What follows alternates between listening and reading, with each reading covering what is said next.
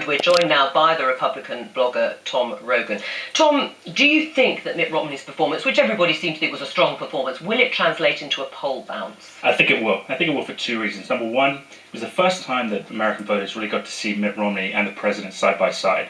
The Obama campaign has spent a lot of money, put a lot of effort in to try and paint Mitt Romney as this guy who's just a very wealthy individual who doesn't care about average Americans and is not astute on the policy issues. I think on the second point, as we get closer to the election, policy issues really take up a much greater part of the debate in the campaign. You know, the spin becomes less important. So I think on those two sides, on the one side of the charisma, of being able to appeal to people, and on the other side of the policy, it was a really important moment. But it's interesting that he did appear quite engaged, Mitt Romney, because he has been portrayed, right, whether rightly or wrongly, as a bit wooden, right, and, you know, finding it difficult in those sort of scenes. So what sort of gave him the adrenaline to go? From my perspective, this is Mitt Romney. This is the right, great issue that I've had through this campaign. I think for too much of it, the Romney campaign have tried to make him appear as this sort of new Obama.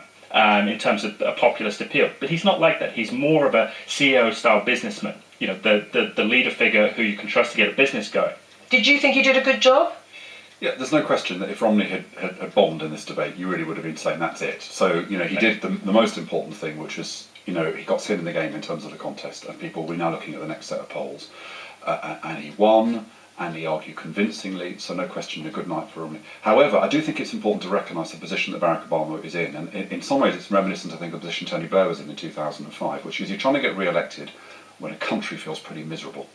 And in those circumstances, you mustn't present yourself as being complacent, as being relaxed, as assuming that you're going to win. So in some ways, the fact that Obama came across looking troubled, looking weary. He's lacking in energy. I thought the whole thing was a little bit sort of leaden. He's got a real problem if the next two debates are like that. But if in some ways that has got people out of the possibility of thinking he's taking it for granted, that he's being complacent, that might not necessarily be a bad thing. What I think, if he'd come out last night and he'd kind of been glib, and he won the debate looking as though he was kind of, you know, absolutely in control, that might have been problematic for him. So a victory for Romney. But I think Obama has an issue, though, because on the policy issues last night, you know, why did Romney win by such a convincing margin? Look at all the polling data. It's because on the policy issues, he crushed the president.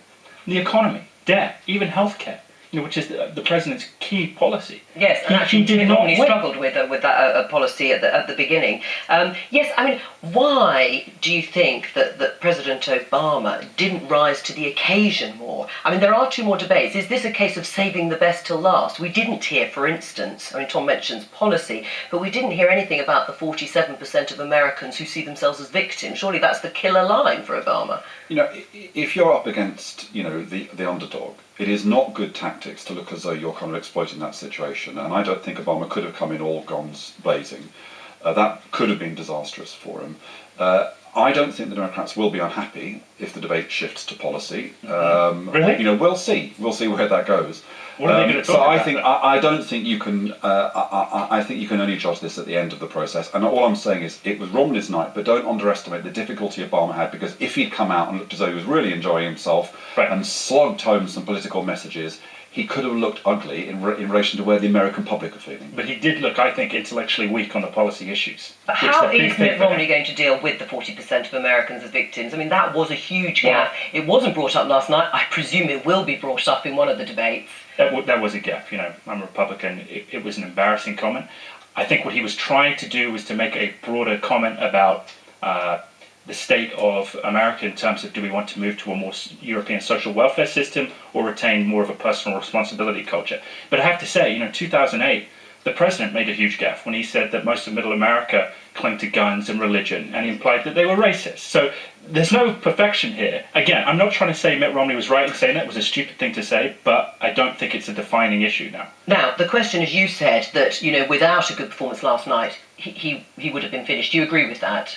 Yes, I would like to say no, but I think because of the media narrative, I think it would have been unfair, but I think in practical terms, he needed to win. These debates do matter, though, don't they? I mean, it's all very well to say that the first debate, all right, Mitt Romney won, we've got two more to go. If there is a poll bounce, he could be in quite serious trouble, because although he's ahead in the key states, President Obama, he's not that far ahead that there couldn't be a switch. I think my sense is that if Romney had been disastrous last night, then it's over. Now what I think we're going to see is we're going to see a bit of a roller coaster. You know, I think Romney will get a bounce, but I think we're going to see both of them having good days and bad days from here on in. And don't forget, a critical issue for Obama in the end is going to be turnout. He needs his voters to think that they've got to vote for him to win. So in some ways, and this is often a paradox in elections, you kind of want to look as though you're a bit in trouble to make sure your vote gets out. But interestingly enough, Tom talked about the policy and about the deficit. Is this a precursor of what we're going to have in a few years' time, that will still be the key issue here on the economy? Yeah, I think it will. I mean, the question is whether or not when we have our election, whether the economy still feels like it's in a deep trough, or whether, this is the critical question, will the coalition be able to do what Obama can't do in America, which is say, we're starting to come out of this? I think a really important thing is, and I think we would probably agree on this, now policy is going to take more of a front seat. That's good, because that is what an election is about, a debate. You know, I would come from the perspective that the president on debt, deficit, the economy, healthcare, and all these issues, he has failed. Now, of course, the Democrats would have a divergent point of view, but it's important to have So that it's a debate. good night for policy wonks. Exactly. Ed Miliband will be pleased. What's the tactic, do you think, for Romney on the next one? I think the same thing. Attack the president on policy, keep it to policy, the facts. The fact that over the last 4 years we've had $5.3 trillion in new debt, more than under 8 years of Bush. The fact that this economic recovery has been the slowest in American history. The fact that most Americans do not like the healthcare bill because it will not control costs. But Americans still like Obama more. They do at the moment, but I think after last night, it's going to be really interesting to see that polling data. Because what do you want? Do you want a friend or do you want a leader? That's the key issue. And where Obama has to go is risk. That's where he has to go. He has to lodge in the minds of the American voters in the next two debates that there are risks associated with Romney.